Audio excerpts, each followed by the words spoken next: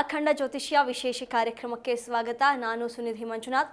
ಇವತ್ತಿನ ಕಾರ್ಯಕ್ರಮದಲ್ಲಿ ಅಷ್ಟೋತ್ತರ ದಶಾಕ್ರಮ ಅಂದರೆ ಏನು, ಅಶ್ವಿನ್ಯಾದಿ 27 ನಕ್ಷತ್ರಗಳು ಮತ್ತು ಅವುಗಳ ನಕ್ಷತ್ರ ಕಾರಕತ್ವವನ್ನು ತಿಳಿಯೋದು ಹೇಗೆ, ಬದುಕಿನ ಉಚ್ಚ ಸ್ಥಿತಿಯನ್ನು ಕಾರಕವಾಗುವಂಥ ವಿಷಯಗಳನ್ನು ತಿಳಿಯೋದು ಹೇಗೆ ಅನ್ನೋದನ್ನು ಇವತ್ತಿನ ಕಾರ್ಯಕ್ರಮದಲ್ಲಿ ತಿಳಿತಾ ಹೋಗೋಣ.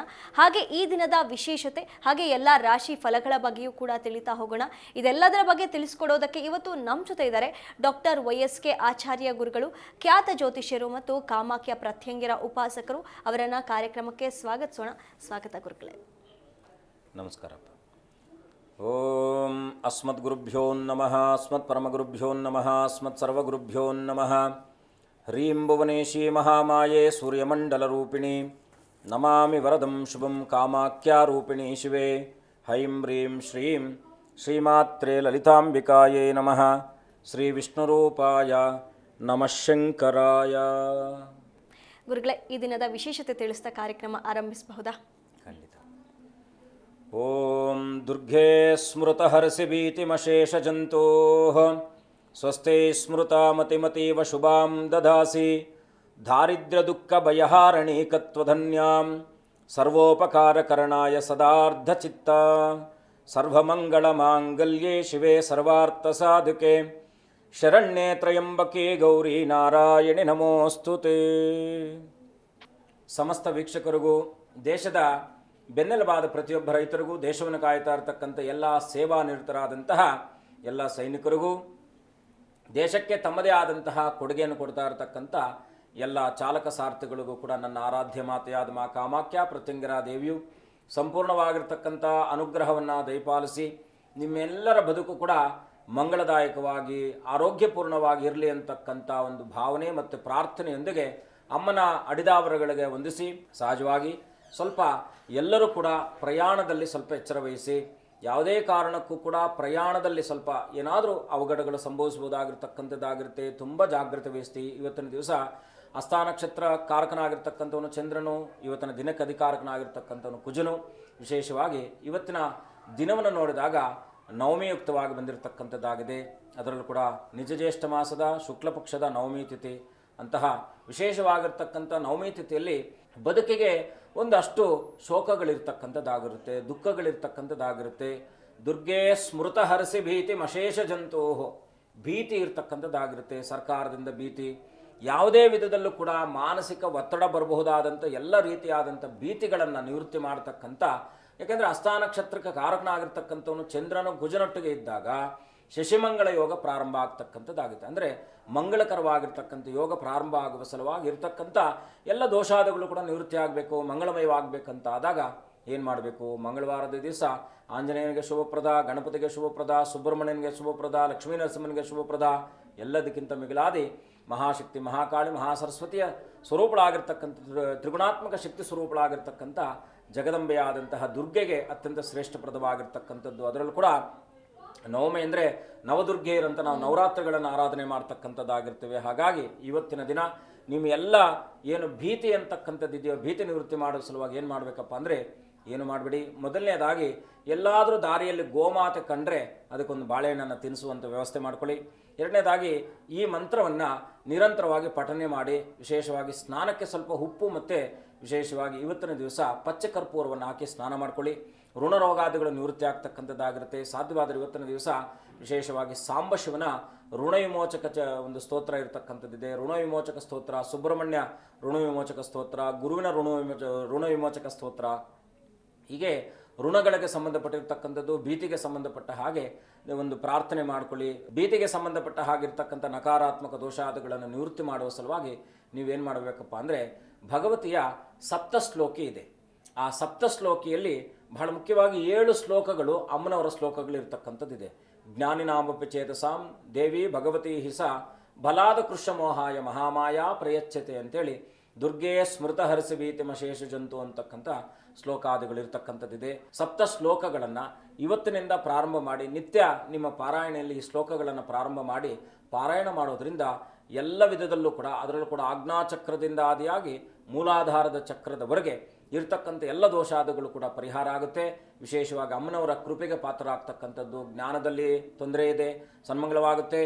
ವ್ಯಾಪಾರದಲ್ಲಿ ತೊಂದರೆ ಇದೆ, ಸರ್ವಮಂಗಳ ಮಾಂಗಲ್ಯೆ ಶಿವೆ ಸರ್ವಾರ್ಥ ಸಾಧಕೆ ಶರಣ್ಯೇ ತ್ರಂಬಕೆ ಗೌರಿ ನಾರಾಯಣಿ ನಮೋಸ್ತುತೆ ಅಂತಕ್ಕಂಥದ್ದು ಸರ್ವಮಂಗಳವನ್ನು ಕೊಡ್ತಕ್ಕಂಥದ್ದು. ಎರಡನೇದಾಗಿ ಏನಪ್ಪ ಅಂದರೆ ಆರೋಗ್ಯದಲ್ಲಿ ಸಮಸ್ಯೆ ಇದೆ, ಆರೋಗ್ಯಕ್ಕೆ ಸಂಬಂಧಪಟ್ಟ ಹಾಗೆ ಶ್ಲೋಕ ಇದೆ.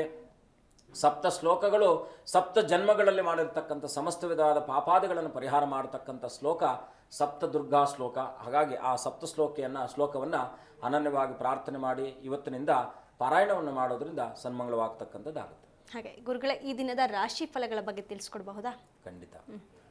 ಗ್ರಹಗಳ ಪ್ರಾರ್ಥನೆ ಮಾಡ್ಕೊಳ್ಳಿ. ನಮಃ ಸೂರ್ಯಾಯ ಚಂದ್ರಾಯ ಮಂಗಳಾಯ ಬುಧಾಯ ಚ ಗುರು ಶುಕ್ರ ಶನಭ್ಯಶ್ಚ ರಾಹವೇ ಕೇತುವೇ ನಮಃ.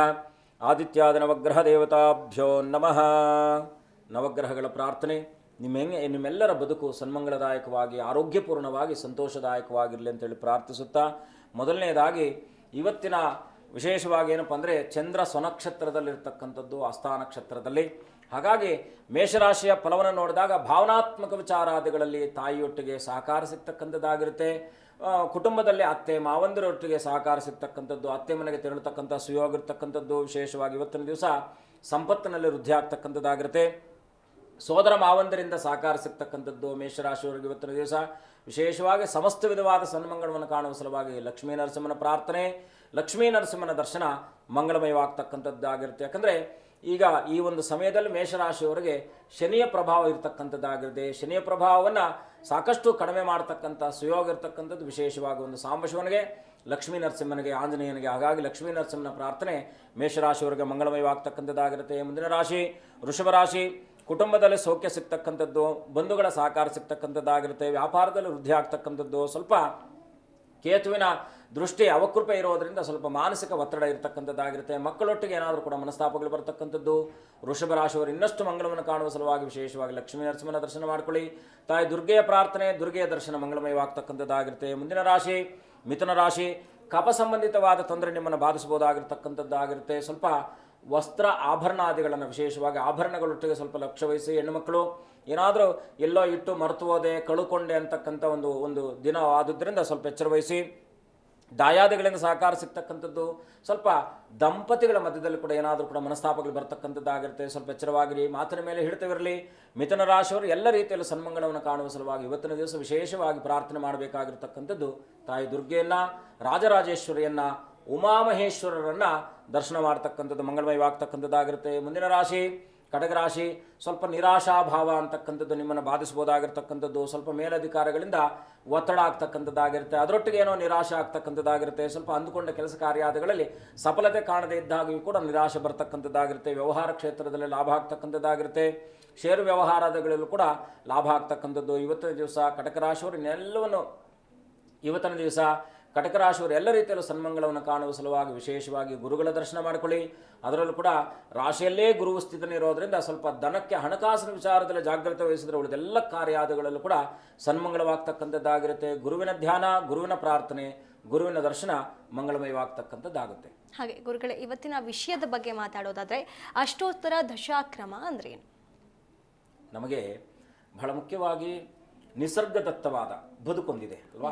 ನಾವೆಲ್ಲ ಕೂಡ ಪ್ರಕೃತಿಯ ಮಡಿಲಲ್ಲಿ ಬದುಕ್ತಾ ಇರೋರು. ನಮ್ಮ ಮನೆ ಹತ್ರ ಗಿಡ ಇಲ್ಲ ಅಂದ್ರೆ ನಮ್ಗೇನೋ ಒಂಥರ ಅದು ಅಸಂತುಷ್ಟಿ ಅಂತಕ್ಕಂಥದ್ದು ಬರುತ್ತೆ. ನಮ್ಮ ವಾತಾವರಣದ ಉದ್ದಕ್ಕೂ ಕೂಡ ಪ್ರಕೃತಿಯನ್ನು ನೋಡಿ ಯಾರು ಆನಂದಿಸಲ್ಲ, ಪ್ರಕೃತಿಯನ್ನು ನೋಡಿ ಯಾರು ಸಂತೋಷ ಪಡಲ್ಲ ಅಲ್ವಾ? ಎಲ್ಲರೂ ಕೂಡ ಆನಂದವನ್ನು ಕಾಣ್ತಕ್ಕಂಥದ್ದು. ನಾವೇ ಅಲ್ಲ, ಮನುಷ್ಯನ ಮಾತ್ರ ಅಲ್ಲ, ಎಲ್ಲ ಪ್ರಾಣಿ ಪಕ್ಷಿಗಳು ಕೂಡ ಪ್ರಕೃತಿಯ ಒಡನಾಟದಲ್ಲಿ ಇರ್ತಕ್ಕಂಥವ್ರು ಆಗಿರ್ತಾರೆ. ಈಗ ಕಾಡಿನಲ್ಲಿ ಇರ್ತಕ್ಕಂಥ ಪ್ರಾಣಿಗಳು ಅಲ್ಲ, ಮೃಗಗಳು ಇರ್ತವೆ, ಸೌಮ್ಯ ಪ್ರಾಣಿಗಳು, ಸಾತ್ವಿಕ ಆಹಾರವನ್ನು ಊಟ ಮಾಡತಕ್ಕಂಥ ಪ್ರಾಣಿಗಳು ಇರ್ತವೆ. ಹಾಗೆ ಜಂತೂನಾಂ ನರಜನ್ಮ ಉತ್ತಮಂ ಅಂತೇಳಿ ದೇಹ ಪ್ರಧಾನಂ ಶಿರೋಭಾಗಂ ಅಂತ. ನಾವೀಗ ನಮ್ಮ ದೇಹ ತಲೆ ಇಲ್ಲ ಅಂದ್ರೆ ಅದು ಮುಂಡವಾಗುತ್ತೆ, ದೇಹಕ್ಕೆ ಆಕಾರ ಇಲ್ದಂಗೆ ಆಗುತ್ತೆ. ಹಾಗೆ ಮನುಷ್ಯನ ಬದುಕಿನಲ್ಲಿ ಗ್ರಹಾನುಕೂಲ ಅಂತಕ್ಕಂಥದ್ದು ಬಹಳ ಮುಖ್ಯವಾಗಿರ್ತಕ್ಕಂಥದ್ದು. ಅದು ಅಷ್ಟೋತ್ತರ ಶತದಶ ಅಂತಕ್ಕಂಥದ್ದು. ಏನಪ್ಪ ಇದು ಅಷ್ಟೋತ್ತರ ಶತದಶ ಅಂದರೆ ಅಶ್ವಿನಿ ಭರಣಿ ಕೃತಿಕಾ ರೋಹಿಣಿ ಮೃಗಶಿರ ಆರಿದ್ರ ಪುನರುಸು ಪುಷ್ಯ ಆಶ್ಲೇಷ ಮಖ ಪುಬ್ಬ ಉತ್ತರಾಸ್ಥ ಚಿತ್ತ ಸ್ವಾತಿ ವಿಶಾಖ ಅನುರಾಧ ಜ್ಯೇಷ್ಠ ಮೂಲ ಪೂರ್ವಾಷಾಢ ಉತ್ತರಾಷಾಢ ಶ್ರವಣ ಧನಿಷ್ಠ ಶತಭಿಷ ಪೂರ್ವಾಭಾದ್ರ ಉತ್ತರಾಭಾದ್ರ ರೇವತಿ ಅಂತಕ್ಕಂಥ 27 ನಕ್ಷತ್ರಗಳು. ಒಬ್ಬ ಮನುಷ್ಯನಿಗೆ ಅಶ್ವಿನಿ ನಕ್ಷತ್ರ ಮೊದಲನೇದಾಗಿ ಅಶ್ವಿನಿ ನಕ್ಷತ್ರ ಕಾರಕನ ಯಾರಪ್ಪ ಅಂದ್ರೆ ಕೇತು ಆಗ್ತಾನೆ. ಕಾಲಪುರುಷನ ಜಾತಕದಲ್ಲಿ ಅಶ್ವಿನಿ ನಕ್ಷತ್ರದಿಂದ ಪ್ರಾರಂಭ ಆಗುತ್ತೆ ನಮ್ಮ ಬದುಕು. ಪ್ರತಿಯೊಬ್ಬರ ಬದುಕಿನಲ್ಲೂ ಕೂಡ ಯಾರೇ ನಕ್ಷತ್ರಾಧಿಪತಿ ಯಾರಿದ್ದಾನೋ ಅವನ ದಶಾಕಾಲ ಪ್ರಾರಂಭ ಆಗುತ್ತೆ. ಈಗ ಮೃಗಶಿರ ನಕ್ಷತ್ರ ಅಂತ ಇಟ್ಕೊಂಡು ರೇವತಿ ನಕ್ಷತ್ರ ಅಂತ ಇಟ್ಕೊಳ್ಳೋಣ. ರೇವತಿ ನಕ್ಷತ್ರಕ್ಕೆ ಅಧಿಕಾರಕನಾಗಿರ್ತಕ್ಕಂಥವನು ಬುಧನು. ಬುಧನಿಂದ ದಶಾಕಾಲ ಪ್ರಾರಂಭ ಆಗುತ್ತೆ. ಮೃಗಶಿರ ನಕ್ಷತ್ರ ಬಂತು ಅಂತ ಇಟ್ಕೊಳ್ಳಿ, ಕುಜನಿಂದ ದಶಾಕಾಲ ಪ್ರಾರಂಭ ಆಗುತ್ತೆ. ಬುಧ ದಶೆ ಫಾರ್ ಎಕ್ಸಾಂಪಲ್ ನಾವಿವಾಗ 17 ವರ್ಷಗಳ ಕಾಲ ಬುಧ ದಶೆಯನ್ನು ನಾವು ನೋಡಿದ್ರೆ, ಒಂದು 7 ವರ್ಷಗಳ ಕಾಲ ಕುಜ ದಶೆಯನ್ನು ನೋಡ್ತೀವಿ, 6 ವರ್ಷಗಳ ಕಾಲ ರವಿ ದಶೆಯನ್ನು ನೋಡ್ತೀವಿ, 19 ವರ್ಷಗಳ ಕಾಲ ಶನಿ ದಶೆಯನ್ನು, 20 ವರ್ಷಗಳ ಕಾಲ ಶುಕ್ರನ ದಶೆಯನ್ನು, 16 ವರ್ಷಗಳ ಕಾಲ ಗುರು ದಶೆಯನ್ನು, 18 ವರ್ಷಗಳ ಕಾಲ ರಾಹು ದಶೆಯನ್ನು, 7 ವರ್ಷಗಳ ಕಾಲ ಕೇತುವಿನ ದಶೆ, ಚಂದ್ರ ದಶೆ 10 ವರ್ಷ. ಹೀಗೆ ದಶಾನುಕೂಲ ಅಂತಕ್ಕಂಥದ್ದು ಚಂದ್ರನಿಂದ ಪ್ರಾರಂಭ ಮಾಡೋಣ ಅಥವಾ ಕೇತುವಿನಿಂದ ಪ್ರಾರಂಭ ಮಾಡೋಣ. ಚಂದ್ರ ಕೇತುಗಳಿಂದ ಸಂಯೋಜನೆ ಬರ್ತಕ್ಕಂಥದ್ದು. ಬಹಳ ಮುಖ್ಯವಾಗಿ ನಾವು ಚಂದ್ರ ದಶೆ 10 ವರ್ಷಗಳ ಕಾಲ ಇರುತ್ತೆ. ನಾನು ಇಂದಿನ ಸಂಚಿಕೆಯಲ್ಲಿ ಹೇಳಿದ್ದೆ, ಚಂದ್ರ ಯಾರ ಜಾತಕದಲ್ಲಿ ಸುಭದ್ರವಾಗಿರ್ತಾನೋ ಅವನ ಬದುಕು 100 ವರ್ಷಗಳ ಆಯಸ್ಸುವಂತನಾಗ್ತಾನೆ. ಅಂದ್ರೆ ಹೆಚ್ಚು ಕಡಿಮೆ 100 ವರ್ಷಗಳ ತನಕ ಅವನು ತನ್ನ ಜೀವನವನ್ನ ಸಾಗಿಸುವಂತಹ ಒಂದು ವ್ಯವಸ್ಥೆಯನ್ನ ಚಂದ್ರ ಕಲ್ಪಿಸ್ಕೊಡ್ತಾನೆ. ಈಗ ನಾವು ದೀರ್ಘಾಯುಷ್ಯು, ಮಧ್ಯಮ ಆಯುಷ್ಯು, ಅಲ್ಪ ಆಯುಷ್ಯು ಅಂತ ಕರಿತೀವಿ. ಅಲ್ಪ ಅಂದ್ರೆ ಕಡಿಮೆ ಮಟ್ಟದಲ್ಲಿ ತೊಂದರೆಗಳಾಗ್ತಕ್ಕಂಥದ್ದು. ಮಧ್ಯಮ ಆಯುಷ್ ಅಂದ್ರೆ ಒಂದು 60-70 ವರ್ಷ, ಪೂರ್ಣ ಆಯುಷ್ ಅಂದ್ರೆ 90ರ ಮೇಲೆ, 100 ತನಕ ಪೂರ್ಣ ಆಯುಷೆ. 90ಕ್ಕಿಂತ ಒಳಗಡೆ ಹೋದ್ರೆ ಮಧ್ಯಮ ಆಯುಷ್ ಅಂತಾನೆ ಪರಿಗಣನೆಗೆ ತಗೊಳ್ತೀವಿ. ಈಗ ಬಹಳ ಮುಖ್ಯವಾಗಿ ನಾವು ಏನಪ್ಪಾ ಅಂದ್ರೆ, ನಮ್ಮ ಬದುಕು ಹೇಗಿರುತ್ತೆ, ಒಂದು ಒತ್ತಡಯುಕ್ತವಾಗಿರುತ್ತೆ, ಒಂದು ಧಾರ್ಮಿಕತೆಯಾಗಿರುತ್ತೆ, ಒಂದು ಆಧ್ಯಾತ್ಮಿಕತೆ. ಧಾರ್ಮಿಕತೆ ಬೇರೆ, ಆಧ್ಯಾತ್ಮಿಕತೆ ಬೇರೆ. ಧಾರ್ಮಿಕತೆಯನ್ನ ನಾವು, ಧಾರ್ಮಿಕತೆ ಅಂತಕ್ಕಂಥದ್ದು ಏನಪ್ಪಾ ಅಂದ್ರೆ, ಧಾರ್ಮಿಕ ಅಂದ್ರೆ ಧರ್ಮಪ್ರದವಾದದ್ದು ಅಂತ. ನಾವು ಧರ್ಮಪ್ರದ ಇಲ್ಲದೆ ಇರತಕ್ಕಂಥ ಬದುಕು ಅವನು ಎಷ್ಟು ಬದುಕಿದ್ರು ಕೂಡ ವ್ಯರ್ಥವಾಗ್ತಕ್ಕಂಥ. ಧಾರ್ಮಿಕ ಅಂದ್ರೆ ಇನ್ನೊಬ್ಬರಿಗೆ ಒಳ್ಳೆಯದನ್ನು ಮಾಡ್ತಕ್ಕಂಥ, ಮನಸ್ತತ್ವವನ್ನು ಬೆಳೆಸ್ತಕ್ಕಂಥದ್ದು, ಒತ್ತಡಯುಕ್ತವಾಗಿ ತಾನೂ ಏನೂ ಮಾಡ್ಕೊಳ್ಳಿಕ್ಕಾಗಲ್ಲ, ಇನ್ನೊಬ್ರಿಗೆ ಏನನ್ನು ಮಾಡ್ಲಿಕ್ಕಾಗಲ್ಲ. ಈ ರೀತಿಯಾದಂಥ ಬದುಕುಗಳು ನಾವು ಕಳೆದ ಸಂಚಿಕೆಯಲ್ಲಿ ಉತ್ತಮ, ಮಧ್ಯಮ, ಅಧಮ ಅಂತಕ್ಕಂಥ ದಶಾನುಕೂಲಗಳನ್ನು ತಿಳ್ಕೊಂಡ್ವಿ. ಈ ದಶೆಯಲ್ಲಿ ನಕ್ಷತ್ರಗಳ ಪರಿವರ್ತನೆ ಮೇಲೆ ನಕ್ಷತ್ರಗಳ ಕಾರಕತ್ವದ ಒಂದು ಪ್ರಭಾವವನ್ನು ತಿಳ್ಕೊಂಡಾಗ, ಈಗ ಅಶ್ವಿನಿ ನಕ್ಷತ್ರ ಅಂತ ಇಟ್ಕೊಳ್ಳೋಣ. ಈಗ ಅಶ್ವಿನಿ ನಕ್ಷತ್ರದಲ್ಲಿ ಮೇಷರಾಶಿಯಲ್ಲಿ ಜನಿಸಿರ್ತಕ್ಕಂಥವ್ರು ಎಸ್ಪೆಷಲಿ ಏನಪ್ಪ ಅಂದರೆ ಡಾಕ್ಟರ್ಗಳಾದರು ಅಂತ ಇಟ್ಕೊಳ್ಳಿ. ಅವರು ಸುದೀರ್ಘವಾಗಿ ಒಂದು ಜನಸೇವೆಯನ್ನು ಮಾಡ್ತಕ್ಕಂಥ ಒಂದು ಕಲ್ಪವನ್ನು ಮಾಡ್ತಾರೆ, ಕಾಯಕವನ್ನು ಮಾಡ್ತಾರೆ. ಅಂದರೆ ಡಾಕ್ಟರ್ಗಳಾದ ಮಾತ್ರ ಈಗ ಒಂದು ಕನ್ಸಲ್ಟೇಷನ್ ಅಂದರೆ ಒಂದು 5-10 ನಿಮಿಷ ಇರ್ತಕ್ಕಂಥದ್ದು. ನೀವು ಈ ಅಶ್ವಿನಿ ನಕ್ಷತ್ರದವರು ಡಾಕ್ಟರ್ಗಳಾಗಿದ್ದರೆ ಇವರು ಕನ್ಸಲ್ಟೇಷನ್ ತಗೊಂಡ್ರೆ ಸುದೀರ್ಘವಾಗಿ ತಗೊಳ್ತಾರೆ. ನಿಮಗೆ ಇನ್ನೇನು ಸಮಸ್ಯೆ ಇದೆಯಾ, ಇನ್ನೇನಾದರೂ ಪ್ರಾಬ್ಲಮ್ ಇದೆಯಾ, ಎಲ್ಲ ಕೂಲಂಕುಷವಾಗಿ ಪರಿಶೀಲನೆ ಮಾಡ್ತಕ್ಕಂಥ ಒಂದು ಮನಸ್ತತ್ವವನ್ನ ಅಶ್ವಿನಿ ನಕ್ಷತ್ರದಲ್ಲಿರ್ತಕ್ಕಂಥ ಡಾಕ್ಟರ್ಗಳು ತಗೊಳ್ತಾರೆ. ಅದೇ ಡಾಕ್ಟರ್ಗಳು ಭರಣಿ ನಕ್ಷತ್ರದಲ್ಲಿ ಇದ್ದಾರೆ ಅಂತ ಇಟ್ಕೊಳ್ಳಿ. ಅವ್ರೇನ್ ಮಾಡ್ತಾರೆ, ಹೌದಾ, ಅವ್ರು ಮುಟ್ಟೋದು ಇಲ್ಲ, ಕಾಯಿಲೆ ಏನು ಅನ್ನೋದು ಕೂಡ ಕಾಯಿಲೆ, ಯಾಕಂದ್ರೆ ಅವರು ಜ್ಞಾನ ಅಂತಕ್ಕಂಥದ್ದು ವೃದ್ಧಿ ಆಗಿರುತ್ತೆ. ಅವ್ರ ಆ ಕಾಯಿಲೆ ಅಂದ ತಕ್ಷಣ ಅದಕ್ಕೆ ಬೇಕಾದಂಥ ರೆಮಿಡೀಸ್ನ ಟಕ ಅಂತ ಬರೆದು ಬಿಡ್ತಾರೆ. ಆದರೆ 2 ವ್ಯಕ್ತಿಗಳಲ್ಲಿ ಏನು ವ್ಯತ್ಯಾಸ ಬಂತು, ಒಂದು ಸುದೀರ್ಘವಾಗಿ ಒಡನಾಟವನ್ನು ಇಟ್ಕೊಂಡು ಒಂದು ಪೇಷಂಟಿನ ಒಂದು ಭಾವನೆಗಳಿಗೆ ಸ್ಪಂದಿಸುತ್ತಾ ಅವನಿಗೆ ವಿನಮ್ರತೆಯಿಂದ ಅವನೊಟ್ಟಿಗೆ ನಡ್ಕೊಳ್ತಕ್ಕಂಥ ಅಶ್ವಿನಿ ನಕ್ಷತ್ರದ ಡಾಕ್ಟರ್ಗೂ ಭರಣಿ ನಕ್ಷತ್ರ ಪ್ರಿಸ್ಕ್ರಿಪ್ಷನ್ ಬರೆದು ಬಿಟ್ಟು ಇದನ್ನು ತಗೊಳ್ಳಿ ಅಂತ ಹೇಳೋ ಡಾಕ್ಟರ್ಗೂ ಏನು ವ್ಯತ್ಯಾಸ ಇದೆ, ನಮ್ಗೆ ಕಣ್ಣು ಮುಂದೆ ಬರ್ತಕ್ಕಂಥದ್ದಾಗುತ್ತೆ. ಹೀಗೆ ಬದುಕಿನಲ್ಲಿ ಒಂದು ದಶಾಕಾಲ ಅಂತಕ್ಕಂಥದ್ದು ನಾವು ಬದುಕಬಹುದಾದಂಥ ಬದುಕಿನ ಮಧ್ಯದಲ್ಲಿ ಬರಬಹುದಾದಂಥ ನಕಾರಾತ್ಮಕ ಸಕಾರಾತ್ಮಕವಾದಂಥ ಬೆಳವಣಿಗೆಯ ವೃದ್ಧಿಯನ್ನ ಪಡೆಯತಕ್ಕಂಥ ಒಂದು ಯೋಗವನ್ನು ಪಡ್ಕೊಳ್ತಕ್ಕಂಥದ್ದೇ ದಶಾನುಕೂಲ ಅಂತಕ್ಕಂಥದ್ದು. ಮುಂದಿನ ರಾಶಿ ಫಲಗಳನ್ನು ಮುಂದುವರಿಸಬಹುದಾ? ಮುಂದಿನ ರಾಶಿ ಸಿಂಹರಾಶಿ. ಮಿತ್ರರ ಸಹಕಾರ ಸಿಗ್ತಕ್ಕಂಥದ್ದಾಗಿರುತ್ತೆ, ವೃತ್ತಿಯ ಬದಲಾವಣೆ ಆಗ್ತಕ್ಕಂಥ ಸುಯೋಗ ಇರ್ತಕ್ಕಂಥದ್ದು, ಮಾನಸಿಕ ಗೊಂದಲಗಳಿಗೆ ಇವತ್ತಿನ ದಿವಸ ಇತಿಶ್ರೀ ಆಡ್ತಕ್ಕಂಥ ಸುಯೋಗ ಇರ್ತಕ್ಕಂಥದ್ದು. ಸರ್ಕಾರ ಕ್ಷೇತ್ರದಲ್ಲಿದ್ದಂಥ ಕೆಲಸ ಮಾಡತಕ್ಕಂಥ ಎಲ್ಲರಿಗೂ ಕೂಡ ಸರ್ಕಾರದಲ್ಲಿ ಕೆಲಸ ಮಾಡ್ತಾ ಇರ್ತಕ್ಕಂಥ, ಸರ್ಕಾರದಲ್ಲಿ ಅಧೀನದಲ್ಲಿ ಕೆಲಸ ಮಾಡ್ತಾ ಇರ್ತಕ್ಕಂಥ ಪ್ರತಿಯೊಬ್ಬರಿಗೂ ಕೂಡ ಮಂಗಳಕರವಾಗಿರ್ತಕ್ಕಂಥ ಸುಯೋಗ. ಇವತ್ತಿನ ದಿವಸ ವೃತ್ತಿಯಲ್ಲಿ ಬದಲಾವಣೆ, ಮಾನಸಿಕ ಗೊಂದಲ ನಿವೃತ್ತಿ ಆಗ್ತಕ್ಕಂಥ ಸುಯೋಗ ಇರೋದ್ರಿಂದ ಇನ್ನಷ್ಟು ಬದುಕನ್ನು ಸುಭದ್ರಪಡಿಸಿಕೊಳ್ಳುವ ಒಂದು ಸಲುವಾಗಿ ವಿಶೇಷವಾಗಿ ಇವತ್ತಿನ ದಿವಸ ಗುರುಗಳ ದರ್ಶನ ಮಾಡಿ ಲಕ್ಷ್ಮೀನಾರಾಯಣನ ಪ್ರಾರ್ಥನೆ ಅಥವಾ ಆಂಜನೇಯನ ದರ್ಶನ ಮಂಗಳಮಯವಾಗ್ತಕ್ಕಂಥದ್ದಾಗುತ್ತೆ ಸಿಂಹರಾಶಿಯವರಿಗೆ. ಮುಂದಿನ ರಾಶಿ ಕನ್ಯಾ ರಾಶಿ. ಸಾರಿಗೆ ವ್ಯವಹಾರದಲ್ಲಿ ಲಾಭ ಆಗ್ತಕ್ಕಂಥದ್ದಾಗಿರುತ್ತೆ. ಸಾಂಸಾರಿಕ ವಿಚಾರದಲ್ಲೂ ಕೂಡ ಸುಖಪ್ರದವಾಗಿರ್ತಕ್ಕಂಥದ್ದು. ವಿದೇಶ ಪ್ರಯಾಣಕ್ಕೆ ಮಂಗಳಮಯವಾಗಿರ್ತಕ್ಕಂಥದ್ದಾಗಿರುತ್ತೆ. ಆತ್ಮೀಯರೊಟ್ಟಿಗೆ ಎಲ್ಲಾದರೂ ಕೂಡ ಪ್ರಯಾಣಿಸುವಂತಹ ಸುಯೋಗ ಇರ್ತಕ್ಕಂಥದ್ದು. ಸ್ನೇಹಿತರಿಂದ ಸಹಕಾರ ಸಿಗ್ತಕ್ಕಂಥದ್ದಾಗಿರುತ್ತೆ. ಇವತ್ತಿನ ದಿವಸ ಕನ್ಯಾ ರಾಶಿಯವರು ಇನ್ನಷ್ಟು ಮಂಗಳವನ್ನು ಕಾಣಬೇಕು, ಸುಭದ್ರತೆಯನ್ನು ಕಾಣುವ ಸಲುವಾಗಿ ವಿಶೇಷವಾಗಿ ಲಕ್ಷ್ಮೀ ನರಸಿಂಹನ ದರ್ಶನ, ಲಕ್ಷ್ಮೀ ನರಸಿಂಹನ ಪ್ರಾರ್ಥನೆ ಮಂಗಳಮಯವಾಗ್ತಕ್ಕಂಥದ್ದಾಗಿರುತ್ತೆ. ಮುಂದಿನ ರಾಶಿ ತುಲಾರಾಶಿ. ಹೂಡಿಕೆಗಳಲ್ಲಿ ಲಾಭ ಆಗ್ತಕ್ಕಂಥದ್ದಾಗಿರುತ್ತೆ. ಸ್ವಲ್ಪ ನಿಯೋಜಿತ ಕಾರ್ಯಾದಿಗಳಲ್ಲಿ ವಿಳಂಬ ಆಗ್ತಕ್ಕಂಥದ್ದಾಗಿರುತ್ತೆ. ವೆಚ್ಚೆಯಲ್ಲಿ ಸ್ವಲ್ಪ ಕಡಿವಾಣವನ್ನು ಇಟ್ಕೊಳ್ಳಿ. ಪತ್ನಿಯಿಂದ ಸಹಕಾರ ಸಿಗ್ತಕ್ಕಂಥದ್ದಾಗಿರುತ್ತೆ. ಅದರಲ್ಲೂ ಕೂಡ ಸ್ತ್ರೀಯರಿಂದ ಸಹಕಾರ ಸಿಗ್ತಕ್ಕಂಥದ್ದು. ಸ್ವಲ್ಪ ತಾಯಿಯ ಆರೋಗ್ಯದಲ್ಲಿ ಏನಾದರೂ ಕೂಡ ಸಣ್ಣ ಪಟ್ಟದಾದಂಥ ಮನಸ್ತಾಪಗಳು ಬರಬಹುದಾಗಿರ್ತಕ್ಕಂಥದ್ದಾಗಿರುತ್ತೆ. ಎಚ್ಚರ ವಹಿಸಿ. ಇವತ್ತಿನ ದಿವಸ ತುಲಾರಾಶಿಯವರು ಎಲ್ಲ ರೀತಿಯಲ್ಲೂ ಸನ್ಮಂಗಳವನ್ನು ಕಾಣುವ ಸಲುವಾಗಿ ವಿಶೇಷವಾಗಿ ಗುರುಗಳ ದರ್ಶನ ಮಾಡಿ, ಲಕ್ಷ್ಮೀನಾರಾಯಣರ ಪ್ರಾರ್ಥನೆ, ಆಂಜನೇಯನ ದರ್ಶನ ಮಂಗಳಮಯವಾಗ್ತಕ್ಕಂಥದ್ದಾಗುತ್ತೆ. ಮುಂದಿನ ರಾಶಿ ವೃಶ್ಚಿಕ ರಾಶಿ. ಆಸ್ತಿ ಖರೀದಿಸುವಂತಹ ಸುಯೋಗ ಇರತಕ್ಕಂಥದ್ದು, ಸಾಲಬಾಧೆಯಿಂದ ಮುಕ್ತಿ ಕಾಣ್ತಕ್ಕಂಥ ಸುಯೋಗ, ಅವಿವಾಹಿತರಿಗೆ ಯೋಗಪ್ರದವಾಗಿರ್ತಕ್ಕಂಥ ವಿವಾಹಕ್ಕೆ ಸಂಬಂಧಪಟ್ಟ ಹಾಗೆ ವಿಚಾರಾದಿಗಳಲ್ಲಿ ಇವತ್ತಿನ ದಿವಸ ಏನಾದರೂ ಹೊಸದಾಗಿರ್ತಕ್ಕಂಥ ಒಂದು ಶುಭ ಫಲವನ್ನು ಕೇಳುವಂತಹ ಸುಯೋಗ ಇರತಕ್ಕಂಥದ್ದು. ನಂಬಿಕೆಯಲ್ಲಿ ಇವತ್ತಿನ ದಿವಸ ಅತ್ಯಂತ ನಿಮ್ಮ ನಂಬಿಕೆಗೆ ಶುಭಪ್ರದವಾಗಿರ್ತಕ್ಕಂಥ ದಿನ. ಹಾಗಾಗಿ ಇವತ್ತಿನ ದಿವಸ ವೃಶ್ಚಿಕ ರಾಶಿಯವರು ಗಣಪತಿಯ ದರ್ಶನ, ಸುಬ್ರಹ್ಮಣ್ಯನ ಪ್ರಾರ್ಥನೆ ಮಂಗಳಮಯವಾಗ್ತಕ್ಕಂಥದ್ದಾಗುತ್ತೆ. ಗುರುಗಳೇ, ಹಾಗೆ ಅಶ್ವಿನ್ಯಾದಿ 27 ನಕ್ಷತ್ರಗಳು ಮತ್ತು ಅವುಗಳ ನಕ್ಷತ್ರಗಳ ಕಾರಕತ್ವವನ್ನು ತಿಳಿದುಕೊಳ್ಳೋದು ಹೇಗೆ? ಕಾರಕತ್ವಗಳು ಈಗ ರಾಶಿಗಳಿಗೆ ಅಗ್ನಿತತ್ವ, ಜಲತತ್ವ, ಭೂತತ್ವ, ಆಕಾಶತತ್ವ, ಪೃಥ್ವಿತತ್ವ, ವಾಯುತತ್ವ ಅಂತಕ್ಕಂಥ ಗ್ರಹಗಳಿಗೆ ತತ್ವಗಳಿದೆ, ಕಾರಕತ್ವಗಳಿದ್ದಾವೆ. ಈಗ ಕುಜನು ಮತ್ತು ರವಿಯನ್ನು ನೋಡಿದಾಗ ಅಗ್ನಿತತ್ವ ಕಾರಕರಾಗ್ತಾರೆ. ಈ ಅಗ್ನಿತತ್ವದ ರಾಶಿಗಳಲ್ಲಿ ಜನಿಸಿರ್ತಕ್ಕಂಥವ್ರು ನೋಡಿ, ಇನ್ನೊಂದೇನಪ್ಪ ಅಂದರೆ, ನಾವು ಮೇಷರಾಶಿ, ವೃಷಭ ರಾಶಿ, ಮಿಥುನ, ಕಟಕ ರಾಶಿ ಅಂತ ತಗೊಳ್ಳೋಣ.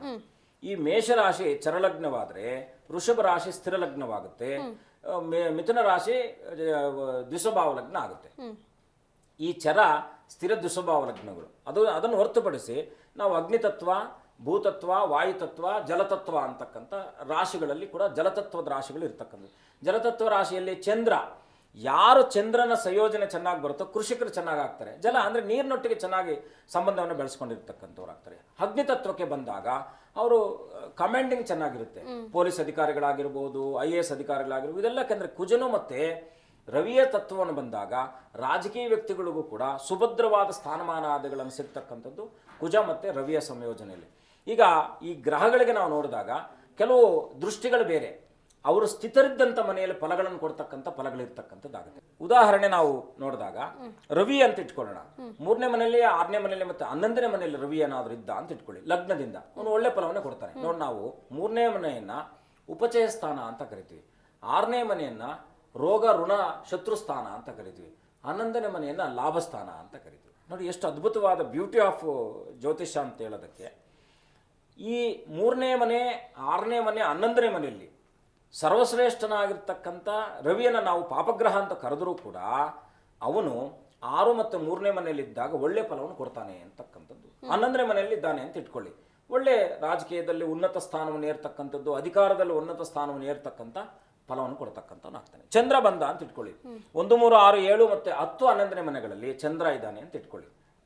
ಲಗ್ನದಲ್ಲಿ ಚಂದ್ರನಿದ್ರು, ಬಹಳ ಮುಖ್ಯವಾಗಿ ಲಗ್ನದಲ್ಲಿ ಚಂದ್ರ ಇದ್ದರೆ ಅವನ ಸ್ವಭಾವ ಹೇಗಿರುತ್ತಪ್ಪ ಅಂದರೆ ಮಾತೃ ಸ್ವರೂಪವಾದಂಥ ಸ್ವಭಾವ ಇರುತ್ತೆ. ಎಲ್ಲರನ್ನು ಕೂಡ ತನ್ಮಯತೆಯಿಂದ ಕಾಣ್ತಕ್ಕಂಥದ್ದು, ವಿನಮ್ರತೆಯಿಂದ ಇರ್ತಕ್ಕಂಥದ್ದಾಗುತ್ತೆ. ಅದೇ ಈಗ ಕುಜನನ್ನು ತಗೊಂಡಾಗ ಕುಜನು ಕೂಡ ಅವನ ದೃಷ್ಟಿಗಳು ಬೇರೆ, 2, 4, 6, 8 ಮತ್ತು 12ನೇ ದೃಷ್ಟಿಗಳು ಕುಜನಿಗಿರ್ತಕ್ಕಂಥದ್ದಾಗುತ್ತೆ. ಆದರೆ ನಾನು ಹೇಳ್ತಾ ಇರ್ತಕ್ಕಂಥದ್ದು ಸ್ಥಾನ, ಅವನು ಇರ್ತಕ್ಕಂಥ ಸ್ಥಾನಕ್ಕೆ ಸಂಬಂಧಪಟ್ಟಾಗ ಅವನು ಕೂಡ 3, 6, 11ನೇ ಮನೆಗಳಲ್ಲಿ ಕುಜನು ಬಂದಾಗ ಅವನು ಕೂಡ ಉತ್ಕೃಷ್ಟ ಫಲವನ್ನು ಕೊಡ್ತಾನೆ, ಶುಭ ಫಲವನ್ನು ಕೊಡ್ತಾನೆ ಅಂತಕ್ಕಂಥದ್ದು ತೋರಿಸೋದು. ಇನ್ನು ನಾವು ಬುಧನಿಗೆ ಬಂದಾಗ, ಬುಧ ಅಂದರೆ ಬಹಳ ಮುಖ್ಯವಾಗಿ ಬುಧನ ಏನಪ್ಪ ಅಂದರೆ ಸಂವಹನ ಕಾರಕನು, ಬುದ್ಧಿಕಾರಕನು. ಬುಧನೇನಾದರೂ 2, 4, 6, 8 ಮತ್ತು 10, 11ನೇ ಮನೆಗಳಲ್ಲಿದ್ದಾಗ ಅದರಲ್ಲೂ ಕೂಡ ಬಹಳ ಮುಖ್ಯವಾಗಿ ಬುಧನ ಸ್ವತಂತ್ರನಾಗಿದ್ದರೆ ಅವನು ಸ್ವಲ್ಪ ನಪುಂಸಕ ಗ್ರಹ.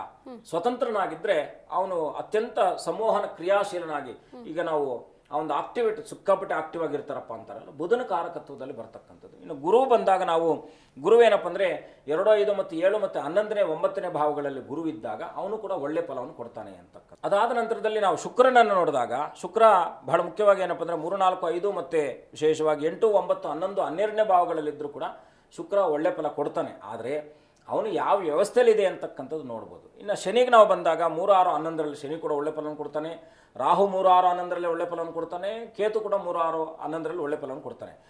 ಇದ್ರ ಜೊತೆಗೆ ಇನ್ನೊಂದು ಮಾಂದಿ ಅಂತ ಇದ್ದಾನೆ, ಇವನು ಕೂಡ ಮಾಂದಿ ಕೂಡ ಒಂದು ಗ್ರಹನೇ. ಆದರೆ ನಾವು ಕೆಲವರು ಅದನ್ನು ತಗೊಳ್ತಾರೆ, ಕೆಲವರು ಅದರ ಪರಿಗಣನೆಗೆ ತಗೊಳ್ಳಲ್ಲ. ಮಾಂದಿ ಇರ್ತಕ್ಕಂಥ ಮನೇನ ನಾಶ ಮಾಡ್ತಾನೆ, ಮಾಂದಿ ದೃಷ್ಟಿ 3 ಮತ್ತು 11ನೇ ದೃಷ್ಟಿ ಮನೆಗಳನ್ನು ಉದ್ಧಾರವನ್ನು ಮಾಡ್ತಾನೆ. ಗ್ರಹಗಳು ಯಾವ ಸ್ಥಿತಿಯಲ್ಲಿ ಇದ್ದಾವೆ, ಫಾರ್ ಎಕ್ಸಾಂಪಲ್ ಗುರುವಾದಾಗ ಗುರುವಿಗೆ ಬಹಳ ಮುಖ್ಯವಾಗಿ 5 ಮತ್ತು 9ನೇ 7ನೇ ಭಾವಗಳ ಮೇಲೆ ದೃಷ್ಟಿ ಇರುತ್ತೆ. ಯಾರ ಜಾತಕದಲ್ಲಿ, ಈಗ ನಾವು ಎಕ್ಸಾಂಪಲ್ ಮೇಷಲಗ್ನ ಅಂತ ತಗೊಳ್ಳೋಣ, ಮೇಷಲಗ್ನಕ್ಕೆ 7ನೇ ಭಾವ ಯಾವುದಾಗುತ್ತೆ, ಮೇಷಲಗ್ನದಲ್ಲಿ ಏನಾದರೂ ಇನ್ನೊಂದೇನಪ್ಪ ಅಂದರೆ ಮೇಷಲಗ್ನಕ್ಕೆ ವ್ಯಯಾಧಿಪತಿ ಭಾಗ್ಯಾಧಿಪತಿ ಗುರುವೇ ಆಗ್ತಾನೆ. ವ್ಯಯಾಧಿಪತಿ ಭಾಗ್ಯಾಧಿಪತಿಯಾಗಿ ಏನಾದರೂ ಮೇಷರಾಶಿಯಲ್ಲಿ ಏನಾದರೂ ಗುರು ಕೂತ್ಕೊಂಡಿದ್ದಾಗ ಮೇಷ, ಋಷಭ, ಮಿಥುನ, ಕಟಕ, ಸಿಂಹ, ಕನ್ಯಾ, ತುಲಾರಾಶಿ ಮೇಲೆ ದೃಷ್ಟಿಯನ್ನು ಬೀರ್ತಾನೆ. ಮೇಷ, ಋಷಭ, ಮಿಥುನ, ಕಟಕ, ಸಿಂಹ ರಾಶಿ ಮೇಲೆ ದೃಷ್ಟಿ ಬೀಳ್ತಾನೆ. ಅಂದರೆ ಏನಾಗುತ್ತೆ, ದೃಷ್ಟಿ ಬಿದ್ದಂಥ ಮೇಷರಾಶಿಗೆ ಪಂಚಮ ಭಾವ ಆಗಿರ್ತಕ್ಕಂಥದ್ದು ಪೂರ್ವ ಪುಣ್ಯ ಸ್ಥಾನ, ಅದು ಪುತ್ರ ಸ್ಥಾನ. ಗುರುವಿನ ದೃಷ್ಟಿಯಲ್ಲಿ ಬಿದ್ದಾಗ ಮಕ್ಕಳು ಸನ್ಮಾರ್ಗದಲ್ಲಿ ಇರ್ತಾರೆ, ಮಕ್ಕಳು ಒಳ್ಳೆ ಪೊಸಿಷನಲ್ಲಿ ಇರ್ತಾರೆ, ಇವ್ರ ಪುಣ್ಯಸ್ಥಾನ ಚೆನ್ನಾಗಿರುತ್ತೆ, ವೃದ್ಧಿ ಆಗ್ತಾ ಇರ್ತಕ್ಕಂಥವ್ರು ಆಗ್ತಾರೆ. ಹೆಂಡತಿ ಒಳ್ಳೆ ಹೆಂಡತಿ ಸಿಗ್ತಕ್ಕಂಥವ್ಳು ಆಗ್ತಾಳೆ, ಹೆಂಡತಿ ಸುದೀರ್ಘವಾಗಿ ಒಂದು ಸುಮಂಗಲಿವತಿಯಾಗಿ ಬಾಳ್ತಕ್ಕಂಥವಳು ಆಗ್ತಾಳೆ. ಇದನ್ನೆಲ್ಲವನ್ನು ಕೂಡ ನಾವು ಜ್ಯೋತಿಷದಲ್ಲಿ ತಿಳ್ಕೊಳ್ತಕ್ಕಂಥ ಎಲ್ಲ ವ್ಯವಸ್ಥೆ ಇರ್ತಕ್ಕಂಥದ್ದಾಗುತ್ತೆ. ಹಾಗಾಗಿ ಮುಂದಿನ ರಾಶಿ ಫಲವನ್ನು ತಿಳ್ಕೊಂಡು ಮುಂದುವರಿಸ್ತಾ ಹೋಗೋಣ. ಗುರುಗಳೇ, ಮುಂದಿನ ರಾಶಿ ಫಲಗಳನ್ನು ಮುಂದುವರಿಸ್ಬಿಡಿ ಗುರುಗಳೇ. ಮುಂದಿನ ರಾಶಿ ಧನುರಾಶಿ. ಧನುರಾಶಿಯಲ್ಲಿ ಇವತ್ತಿನ ದಿವಸ ಪ್ರಾಧ್ಯಾಪಕರಿಗೆ ಲಾಭ ಆಗ್ತಕ್ಕಂಥದ್ದಾಗಿರುತ್ತೆ, ಅಕೌಂಟೆಂಟ್ಸ್ಗೂ ಕೂಡ ಸ್ವಲ್ಪ ಲಾಭ ಆಗ್ತಕ್ಕಂಥದ್ದು, ಸ್ವಲ್ಪ ಆಸ್ಪತ್ರೆಯ ವೆಚ್ಚ ಬರಬಹುದಾಗಿರ್ತಕ್ಕಂಥದ್ದು ಅನಿರೀಕ್ಷಿತವಾಗಿ. ಸ್ವಲ್ಪ ಧನುರಾಶಿಯವರ ಆರೋಗ್ಯದ ಕಡೆ ಗಮನ ವಹಿಸಿ, ಮನೆಯಲ್ಲಿರ್ತಕ್ಕಂಥ ಯಾರಾದರೂ ಕುಟುಂಬದಲ್ಲಿದ್ದಂಥ ಸದಸ್ಯರಿಗೆ ಏನಾದರೂ ಕೂಡ ಆರೋಗ್ಯ ಸಮಸ್ಯೆ ಬಂದು ಅದರಲ್ಲಿ ನಿಮ್ಮ ಹಣವನ್ನು ವ್ಯಯಿಸುವಂಥ ಒಂದು ದಿನವಾದದ್ದರಿಂದ ಸ್ವಲ್ಪ ಮಾನಸಿಕ ಒತ್ತಡ ಬರಬಹುದಾಗಿರ್ತಕ್ಕಂಥದ್ದು. ವಿಶೇಷವಾಗಿ ಇವತ್ತಿನ ದಿವಸ ಗುರುಗಳ ದರ್ಶನ ಮಾಡಿಕೊಳ್ಳಿ, ಸುಬ್ರಹ್ಮಣ್ಯನ ಪ್ರಾರ್ಥನೆ ಧನುರಾಶಿಯವರಿಗೆ ಮಂಗಳಮಯವಾಗ್ತಕ್ಕಂಥದ್ದು ಆಗುತ್ತೆ. ಇನ್ನು ಮುಂದಿನ ರಾಶಿ ಮಕರ ರಾಶಿ. ಸ್ಪರ್ಧಾತ್ಮಕ ಪರೀಕ್ಷೆಗಳನ್ನು ಬರೀತಾ ಇರತಕ್ಕಂಥವ್ರಿಗೆ ಲಾಭ ಆಗ್ತಕ್ಕಂಥದ್ದಾಗಿರುತ್ತೆ. ಆತ್ಮೀಯರೊಂದಿಗೆ ಸಮಾಗಮನ ಆಗ್ತಕ್ಕಂಥದ್ದು ಅಥವಾ ಆತ್ಮೀಯರಿಂದ ಸಹಕಾರ ಸಿಗ್ತಕ್ಕಂಥದ್ದಾಗಿರುತ್ತೆ. ಪರಿಶ್ರಮಕ್ಕೆ ತಕ್ಕ ಫಲ ಸಿಗ್ತಕ್ಕಂಥದ್ದು. ಮಕರ ರಾಶಿಯವರಿಗೆ ಇವತ್ತಿನ ದಿವಸ ತಂದೆಯಿಂದ ಸಹಕಾರ ಸಿಗ್ತಕ್ಕಂಥದ್ದಾಗಿರುತ್ತೆ. ಎಲ್ಲ ರೀತಿಯಲ್ಲೂ ಕೂಡ ಸನ್ಮಂಗಳವನ್ನು ಕಾಣುವ ಸಲುವಾಗಿ ವಿಶೇಷವಾಗಿ ಗುರುಗಳ ದರ್ಶನ ಮಾಡಿ ಸುಬ್ರಹ್ಮಣ್ಯನ ಗಣಪತಿಯ ಪ್ರಾರ್ಥನೆ ಮಂಗಳಮಯವಾಗ್ತಕ್ಕಂಥದ್ದಾಗುತ್ತೆ. ಮುಂದಿನ ರಾಶಿ ಕುಂಭರಾಶಿ. ಅನಪೇಕ್ಷಿತವಾದಂಥ ವಿಷಯಗಳಲ್ಲಿ ಏನಾದರೂ ಕೂಡ ಮಾನಸಿಕ ಗೊಂದಲಗಳು ಉಂಟಾಗ್ತಕ್ಕಂಥದ್ದಾಗಿರುತ್ತೆ. ಗುರುಗಳ ದರ್ಶನ ಮಾಡ್ತಕ್ಕಂಥ ಸುಯೋಗ. ಸ್ವಲ್ಪ ವೃತ್ತಿಯಲ್ಲಿ ಒತ್ತಡ ಇರತಕ್ಕಂಥದ್ದಾಗಿರುತ್ತೆ. ವ್ಯವಹಾರ ವ್ಯಾಪಾರಾದಿಗಳಲ್ಲೂ ಕೂಡ ಲಾಭ ಆಗ್ತಕ್ಕಂಥದ್ದು. ಕುಂಭರಾಶಿಯವರು ಇವತ್ತಿನ ದಿವಸ ಮಂಗಳವನ್ನು ಕಾಣುವ ಸಲುವಾಗಿ ತಾಯಿ ದುರ್ಗೆಯ ಪ್ರಾರ್ಥನೆ, ದುರ್ಗಾ ಆರಾಧನೆ ಮಂಗಳಮಯವಾಗ್ತಕ್ಕಂಥದ್ದಾಗಿರುತ್ತೆ. ಮುಂದಿನ ರಾಶಿ ಮೀನರಾಶಿ. ಸ್ತ್ರೀಯರಿಂದ ಸಹಕಾರ ಸಿಗ್ತಕ್ಕಂಥದ್ದು, ಸಮಾಜದಲ್ಲಿ ಗೌರವ ವೃದ್ಧಿ ಆಗ್ತಕ್ಕಂಥದ್ದಾಗಿರುತ್ತೆ. ಪ್ರಯತ್ನ ಕಾರ್ಯಾದಿಗಳಲ್ಲಿ ಸಫಲತೆ ಕಾಣ್ತಕ್ಕಂಥ ಸುಯೋಗ ಇರ್ತಕ್ಕಂಥದ್ದು. ಮಧ್ಯವರ್ತಿಗಳಿಂದ ಲಾಭ ಆಗ್ತಕ್ಕಂಥದ್ದಾಗಿರುತ್ತೆ. ಮೀನರಾಶಿಯವರು ಇವತ್ತಿನ ದಿವಸ ಎಲ್ಲ ರೀತಿಯಲ್ಲೂ ಕೂಡ ಮಂಗಳವನ್ನು ಕಾಣುವ ಸಲುವಾಗಿ ವಿಶೇಷವಾಗಿ ಗಣಪತಿಯ ದರ್ಶನ, ಗಣಪತಿಯ ಪ್ರಾರ್ಥನೆ, ದುರ್ಗೆಯ ದರ್ಶನ, ದುರ್ಗೆಯ ಪ್ರಾರ್ಥನೆ ಮಂಗಳಮಯವಾಗ್ತಕ್ಕಂಥದ್ದಾಗುತ್ತೆ. ಹಾಗೆ ಗುರುಗಳೇ, ಬದುಕಿನ ಉಚ್ಚ ಸ್ಥಿತಿಗೆ ಕಾರಕವಾಗುವಂಥ ವಿಷಯಗಳನ್ನು ತಿಳಿಯೋದು ಹೇಗೆ? ಉಚ್ಚ ಅಂದರೆ ಏನು? ಉತ್ತಮ ಅಂತಕ್ಕಂಥದ್ದು ಉಚ್ಚ ಅಂತ ಕರಿತೇವೆ. ನೀಚ ಅಂದರೆ ಅಧಮ ಸ್ಥಿತಿ ಅಂತಕ್ಕಂಥದ್ದು. ಬಹಳ ಮುಖ್ಯವಾಗಿ ನಾನು ಮನುಷ್ಯನ ಬದುಕು ಸುಭದ್ರವಾಗಿರಬೇಕಂದ್ರೆ ಮೊದಲನೇದಾಗಿ ಲಗ್ನಾಧಿಪತಿಯ ಬಲ ಇರಬೇಕು. ಲಗ್ನ ಕೇಂದ್ರಾಧಿಪತಿಗಳ ದಶೆ ನಡೀತಾ ಇದ್ದಾಗ ಮಂಗಳಮಯವಾಗ್ತಕ್ಕಂಥದ್ದಾಗುತ್ತೆ. ಕೇಂದ್ರಗಳಂದ್ರೆ ಏನು? ಕೇಂದ್ರಗಳಲ್ಲಿ ಅದರಲ್ಲೂ ಕೂಡ ಕಾರ್ಕೋಭಾವನಾಶಕ ಅಂತೇಳಿ ಗುರುವೇನಾದರೂ ಕೇಂದ್ರಗಳಿಗೆ ಬಂದು ಅವಯೋಕಾರಕನಾಗಿದ್ದು ತಟಸ್ಥನಾಗಿದ್ದು ಅವನು ಅಸ್ತನಾಗಿದ್ದಾಗ ಫಲಗಳೆಲ್ಲ ನಿಷ್ಫಲ ಆಗ್ಬಿಡುತ್ತೆ. ಆದರೆ ಕೋಣಗಳು ಅಂತ ಬರುತ್ತೆ. ಗ್ರಹಗಳಿಗೆ ಕೋಣಗಳು ಬೇರೆ, ನಮ್ಮ ಜಾತಕದಲ್ಲಿ ಬರಬಹುದಾದಂಥ ಕೋಣಗಳು ಬೇರೆ. ಈ ಕೇಂದ್ರ ಕೋಣಾಧಿಪತಿಗಳು ಸಹಜವಾಗಿ 1, 5, 7, 9, 11 ಅಧಿಪತಿಗಳ ದಶಾಕಾಲ ಬಂದಾಗ ಖಂಡಿತ ಅವ್ರಿಗೆ ಏನಾದರೂ ಉತ್ತಮವಾದಂಥ ಒಂದು ಫಲ ಸಿಗ್ತಕ್ಕಂಥ ಎಲ್ಲ ಯೋಗಗಳು ಇರ್ತಕ್ಕಂಥದ್ದಾಗುತ್ತೆ.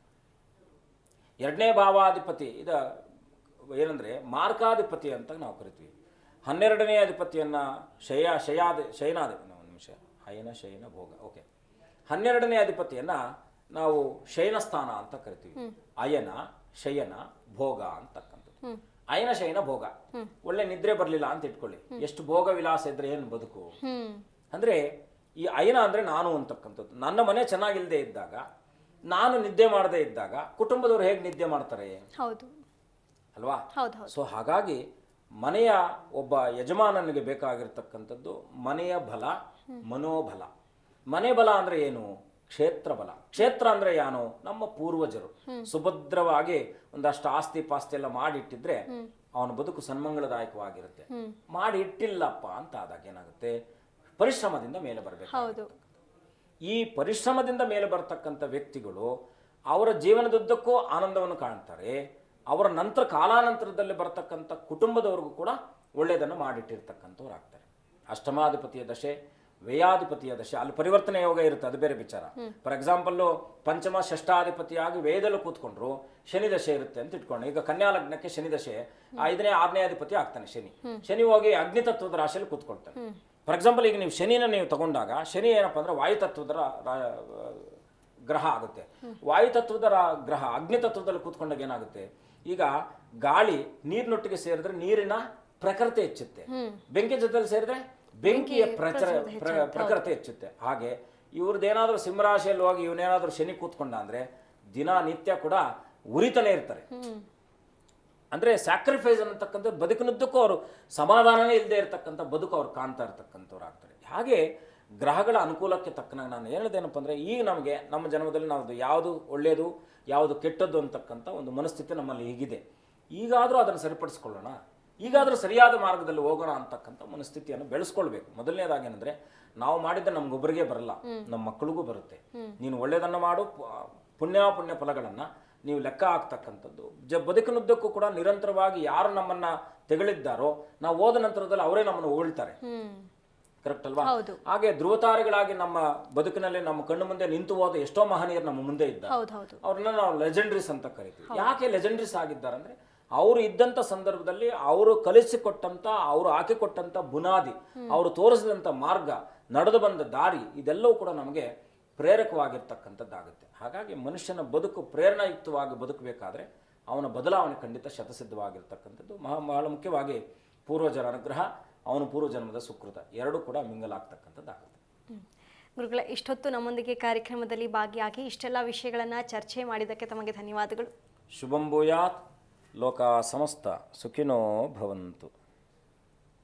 ನೋಡಿದ್ರಲ್ಲ ವೀಕ್ಷಕರೇ, ಇದಾಗಿತ್ತು ಇವತ್ತಿನ ವಿಶೇಷ. ನೋಡ್ತಾ ಇರಿ ಜಿ ಕನ್ನಡ ನ್ಯೂಸ್, ಸತ್ಯವೇ ಸುದ್ದಿಯ ಜೀವಾಳ.